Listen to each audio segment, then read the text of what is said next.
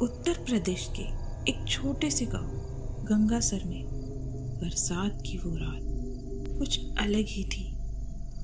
गांव की मिट्टी की सड़कों पर पसरा सन्नाटा, टप टप गिरती बारिश और बिजली जो जाने कब से गायब थी।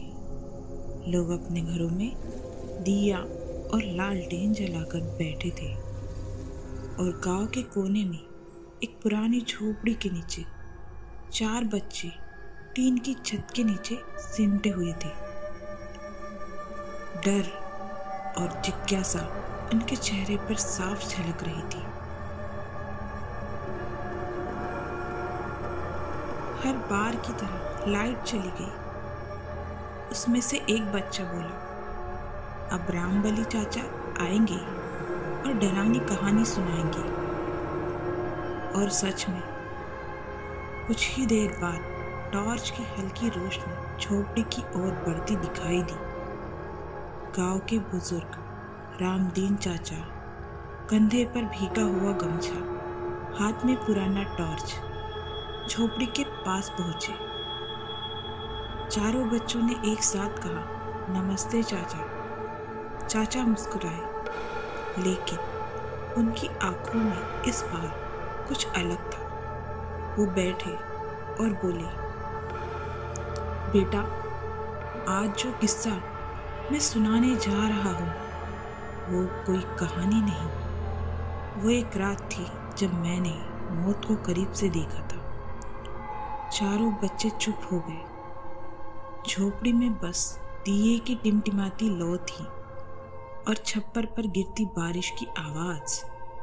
चाचा ने कहना शुरू किया, बात उन दिनों की है जब मैं 22 साल का था। नई नई नौकरी लगी थी डाकघर में। एक रात शहर से लौट रहा था। ट्रेन 4 घंटे लेट थी। गांव तक पहुंचने के लिए मुझे रात में ही निकलना पड़ा। रात अंधेरी थी, चारों ओर कीचड़ और सूनापन। रास्ते के दोनों ओर सिर्फ खेत थे। बीच में कीचड़ भरी पगडंडी और बिजली की कड़क के साथ कभी कभी दिखता वो डरावना उजाला। तभी गांव से एक कोस पहले पीपल के पेड़ के पास रामदीन चाचा ने उसे देखा।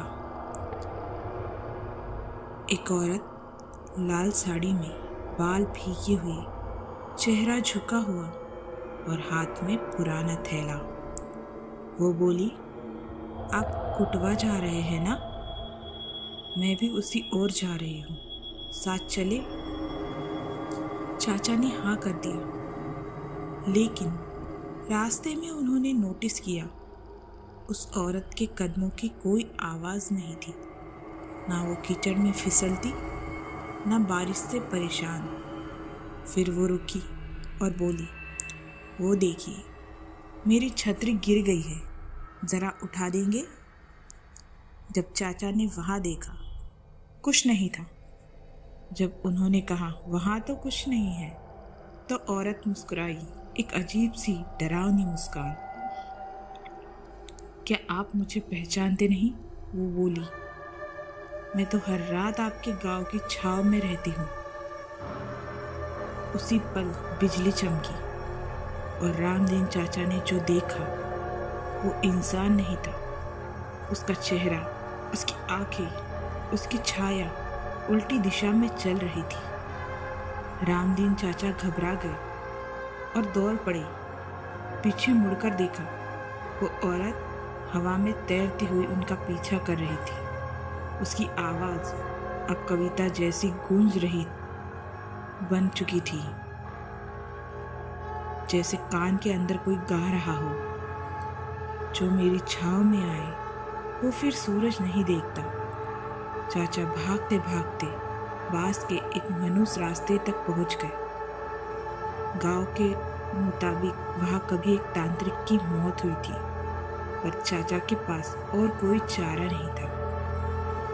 बांस की फिसलन भरी जमीन पर वो गिर पड़ी और जैसे ही उठी, वो औरत उनके सामने खड़ी थी।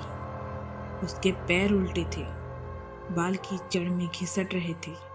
चेहरा अब भी मुस्कुराता हुआ। मैं यही रहती हूँ, वो बोली। अब तुम भी यही रहोगे। लेकिन तभी चाचा को बांसों के बीच एक छोटी सी झोपड़ी दिखी। वो दौड़े, अंदर घुसे और दरवाजा बंद कर दिया। पूरी रात वहां दुबके रहे। सुबह जब बाहर निकले तो कुछ नहीं था, ना कोई झोपड़ी, ना कोई दरवाजा, बस वीरान खेत, राख और मिट्टी। वहां पड़ी एक पत्थर की पट्टी पर खुदा था महातांत्रिक सोमदत्त का साधना स्थल, जिसने सूर्य को त्याग कर छाव को अपनाया। जो भी इस छाव में आए वह उसका हिस्सा बन जाए। चाचा को समझ आ गया, वो औरत कोई भटकती आत्मा नहीं, बल्कि किसी तांत्रिक की बलि दी गई बालिका की आत्मा थी, जिसकी अधूरी मुक्ति आज भी उसी छाव में छुपी है। अगर उस रात मैंने वो झोपड़ी ना देखी होती, चाचा बोले, तो आज शायद मैं तुम्हें ये किस्सा सुनाने के लिए जिंदा ना होता। और तभी दिया बुझ गया और कहानी खत्म।